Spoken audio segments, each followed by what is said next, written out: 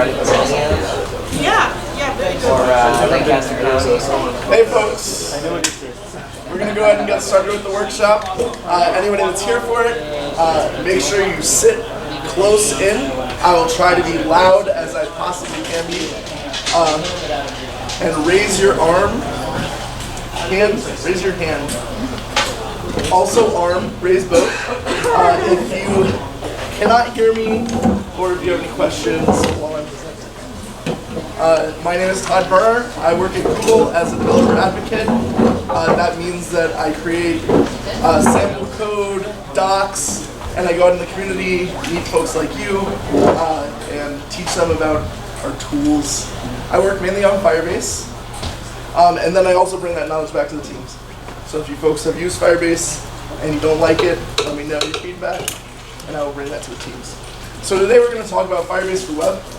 Most people know Firebase as a mobile platform. So who here has heard of Firebase? Who here has used Firebase? Who here has used Firebase database tools? And then the other set of tools? Word. Mobile developers, web developers. Perfect. So today we're going to talk about web. Firebase was originally a mobile database that was focused in a real-time feature. It's expanded into a suite of, I think it's 18 now, it may be more, tools that allow people to build apps for mobile and web, so cross-platform apps, and do all the cool sorts of things with getting your users engaged and happy with the quality of your app. There's 3 sections of Firebase. We have our build tools, and those are our database and things like that. We have app quality, and those are Crashlytics and performance monitoring. Those allow you to make sure that your app is stable for users that are using it. And then there's grow tools, and those are analytics and then tools for acting on analytics data. So like GCM, Google Cloud Messenger, FCM is what it's called now. Okay, so let's get started. So most people know Firebase as a set of tools that help build mobile apps and grow their business. This is not the true limitations of Firebase. We have a rich set of web tools, and we treat it as a first-class citizen now. In this talk, I'm going to reference our app on Snapshot. It's fictitious, but it is available on GitHub. And we're going to talk about the tools that we would use to create and deploy it for web.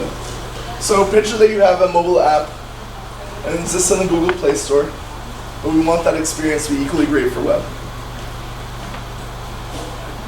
And like when we think about what makes a great web experience, we think about reliable, so users are able to use it, that content loads fast, people really don't like waiting, and that it's engaging so that we get that content real-time and upfront.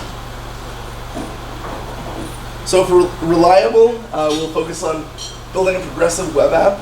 So that's a web app that loads instantly, whether or not you're online or offline.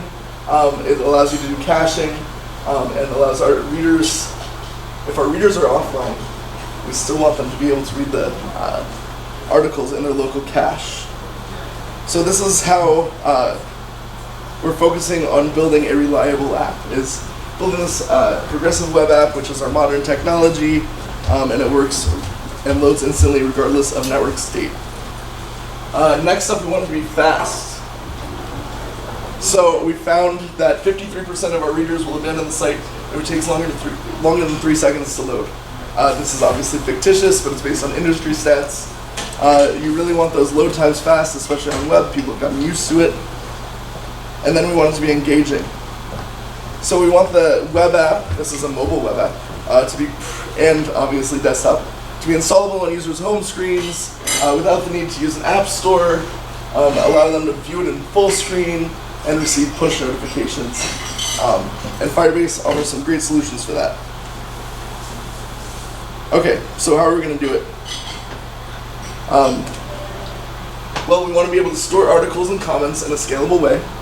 For that, we're going to focus on our database tools, Firestore specifically, show live visitor count, This is where we're actually going to dive into using real-time database, cache content. We're going to use cloud functions for that. Serve the website securely. We're going to use Firebase Hosting for that, and persist the data offline. So by using all this, we don't need a back-end engineer. Your front-end engineer uses the Firebase tools, and it allows them to basically interact with the web console and the APIs in such a way that they won't have to have a team managing servers and whatnot.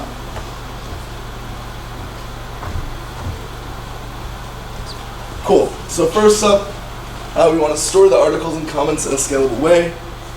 To do that, articles are structured with the title, content, the author details, when it was published, and comments. So it's going to be an interesting database format. We could choose Firebase real-time database, and it would allow us to store and sync JSON data in real time. We can validate it still. It handles the complexity of real-time synchronization. So if that was really important to us, that might be a good tool.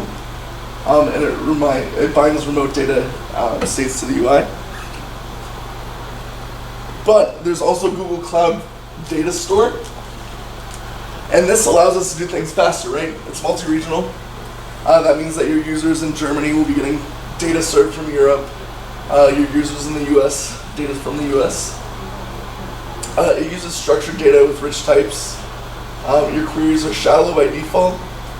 So this means like if you pull an article that you want a user to view, you don't need to pull every comment ever made on that article as well. In Firestore and many NoSQL databases and also SQL databases, you do not get this shallow query. And then it's expressive and fast, so it scales to the size of result. There are many enterprise things built on Google Cloud Datastore, including Snapchat as one public thing.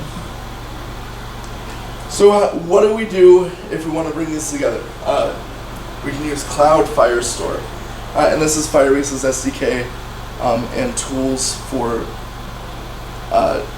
using Cloud Datastore in Firebase. So Cloud Firestore, it's a very great database. It's quite possibly the world's best, in fact. And the ease of use is great, and it scales, as we talked about. This is the infrastructure that Google's built on, so it's shared infrastructure with Google, which means that you're getting the SLOs and that sort of things that you'd expect. Again, it's compatible with web and mobile both. It's also flexible and structured. The flexibility here is really good, so you don't necessarily know what this collection and document model is going to look like. So let's say that you have articles, and then suddenly you want to add this comments feature. You don't have to change your database schema. You can now have articles have a sub-collection of comments. And not all articles need to have that sub-collection, so it's efficient. And you also get to store related data together. So you're not doing like joins between tables. Instead, like the comments for an article are stored with the article, so it's one query. It's just you pulling not a shallow query in that case. So here's a sample document in Firestore for an article. We have a name of the article, description, the author, the tags, the number of likes it has, and the comments. So each article would exist as one document in Firestore and would have these attributes. If an attribute has documents below it, it becomes a sub-collection. So here's an example collection. Firestore intro. This would be, so the picture, this is a static website, I guess. You have your Firestore intro, and it's stored as one thing. It might have one set of attributes. Then you have your reference documents. It might have different attributes, and it might have some shared. Okay, so Next, we want to show a live visitor count. And we already are using Firestore for showing articles and comments. But there's a couple additional things we want. Real-time database lets us store that data in real time. It uses rules for validation when it reads and writes. It handles complexity of real-time syncs and conflict resolution. And finally, you can tell if a user is online based on their device indicating presence, which is not possible in real-time, Firestore. So to count our number of users, actually first we have to have authentication. So first we're going to set up Firebase anonymous authentication. And what this does is it logs in your users anonymously. It'll let you track their comments, etc. And it also grants them an anonymous user identifier. From there, we create their account in Fire's real-time database, and then that tracks the number of online accounts. So now we want to cache content for both performance and freshness. So using Cloud Functions, we can perform a lot of different sort of things. So picture we have our database, which is a set of articles. If we're using a website, then we want to optimize SEO, which was never a problem when we had only a mobile app. So we can use Cloud Functions as basically something that lets you run arbitrary JavaScript functions on your database. So picture you have this database sitting there, and you actually want to run operations on it. Suddenly that's a much bigger problem.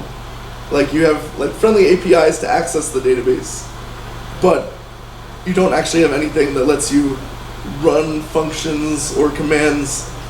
Picture you're restoring images, so you're using a hosting system to host all these images. How would you tell that to then resize the images? There's nothing really in place until you run a server on the web. That server would run the API commands for you and do that. But then you have a backend, you need backend engineers. So instead, Cloud Functions allows you to use this on-event thing. So when a new document is created or a new file is added to your hosting, it will go through and optimize it.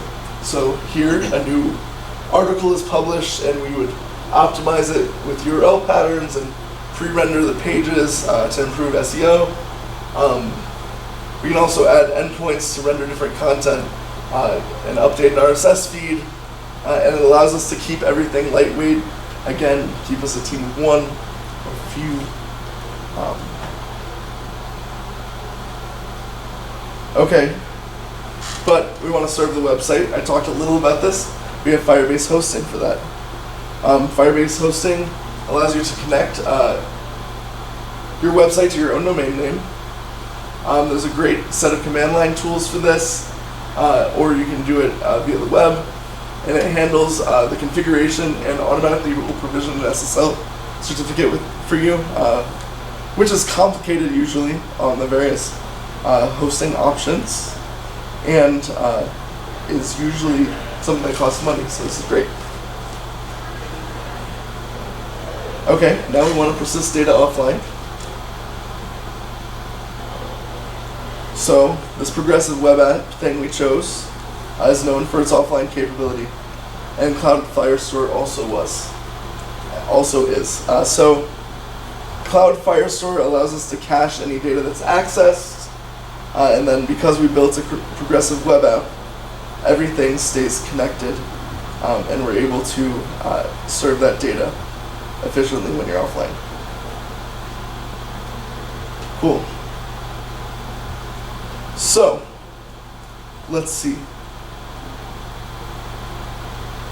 Let's talk about comments.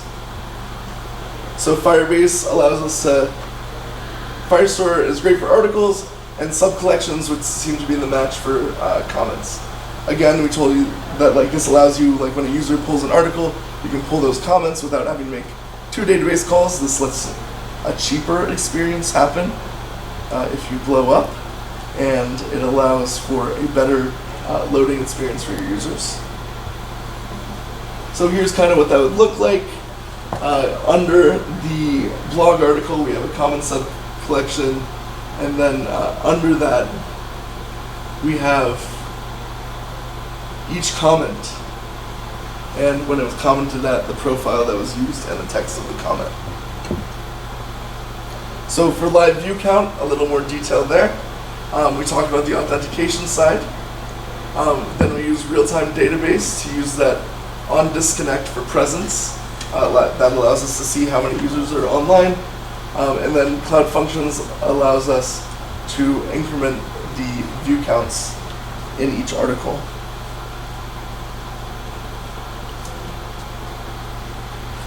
For rendering a web app with Firebase, here's a great set of tools that we recommend. So using Angular plus Webpack, Cloud Functions with Express and HTTPS as a listener, and then Firebase Hosting to serve that to your users. If you want to see an example of an app like this, you can see on snapshot.com, which we built, and it'll show you what's possible. I think this was built over about 8 hours in Firebase. Awesome. So here are the tools that we've used. We're using Cloud Firestore, Cloud Functions, real-time database, hosting and server-side rendering, and also Angular. And here are the various things that we did. If you would like to get your feet wet with the code for the website, here is a GitHub link. James Daniels, my colleague, built it, and it's at github.com/JamesDaniels/onsnapshot. Yes, I'll leave this up for a second. That is our content for the evening. If you folks have any questions, I'd be happy to answer them. Awesome.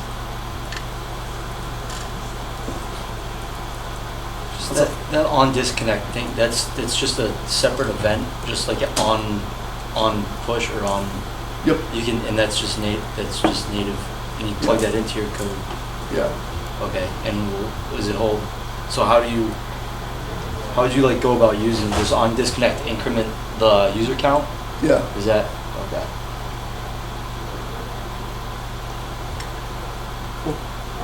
With the anonymous authentication. So what was the part that supported that? Was that can you do that with Firestore or just Firebase authentication. What supports it? Yep. For anonymous auth. Mm-hmm. Firebase auth out of the box supports anonymous auth. We were using it to generate a user identifier. In this case, to start tracking users by comment, allowing that to happen when people came to the site without requiring them to register.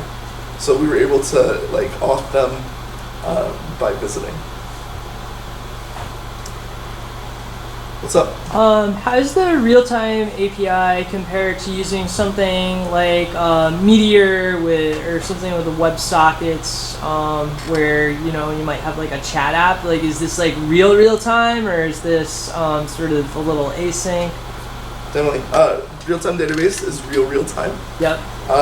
Firestore is not real time, so it has some level of latency, which is like in the seconds range. Mm-hmm. But real-time database is roughly the same.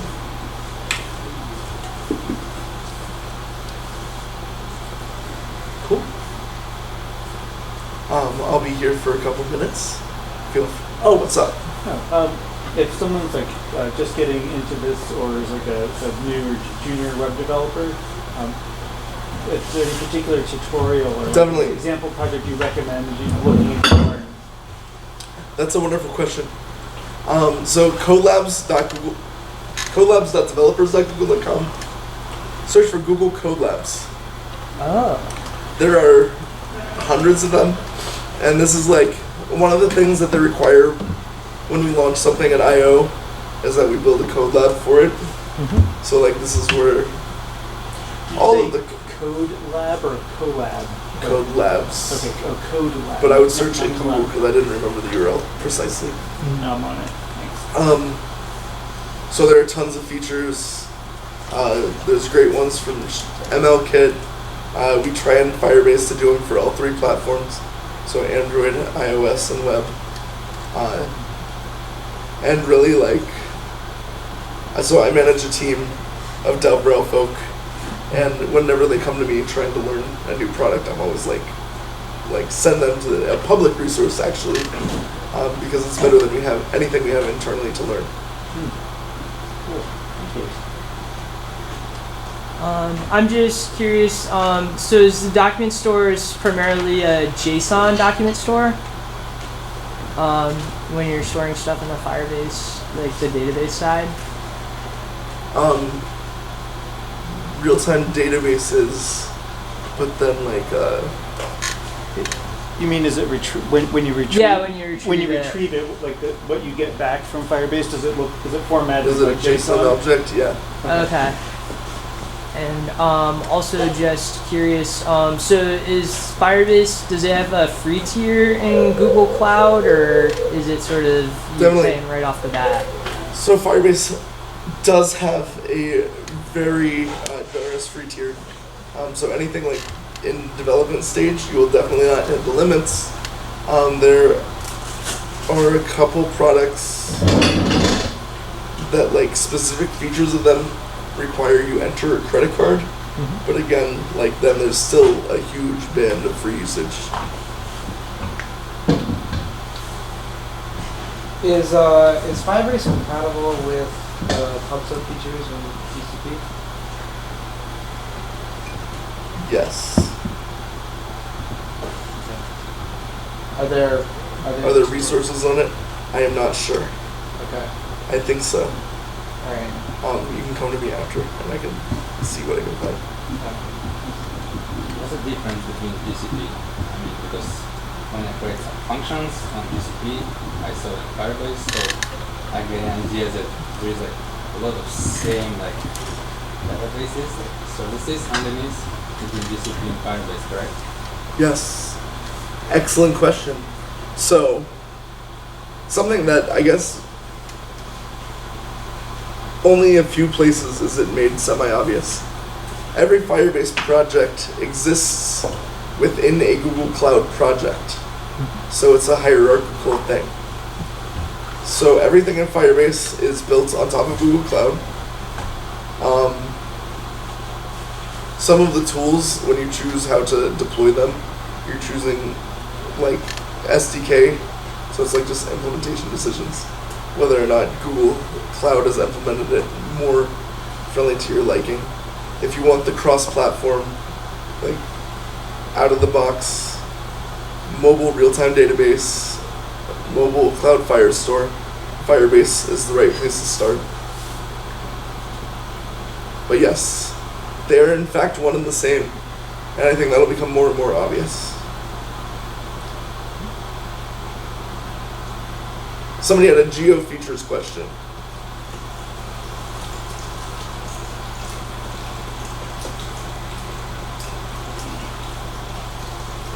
This was in the Was it special types Firebase? what? Special types. Does it have special types? Special tabs? The types. I saw you have data types, Yeah. geolocation types, correct? What else it has on top on JavaScript types? I do not know the answer to that. Any other questions? Coolest thing you've built in Firebase? Coolest thing I've built in Firebase. I've built so many random, let's see, I'm trying to remember.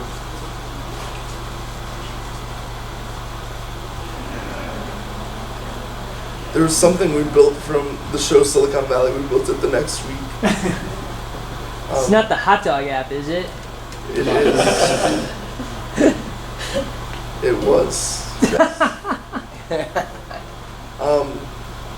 And then I really like the MLKit features. They let you do a bunch of cool stuff out of the box. takes a creative mind to really think about how to use machine learning still at this point. So an example is like the face detection now like has something like 30 points of contours, and like 3 years ago Snapchat acquired a company, I think it was for $1 billion, of like 10 people in the Ukraine, for all of their face filters, right? To get this 16 point face contours. And now it's just like freely available in an SDK. So something that was like valued so much several years ago is now like just like out of the box available. Cool.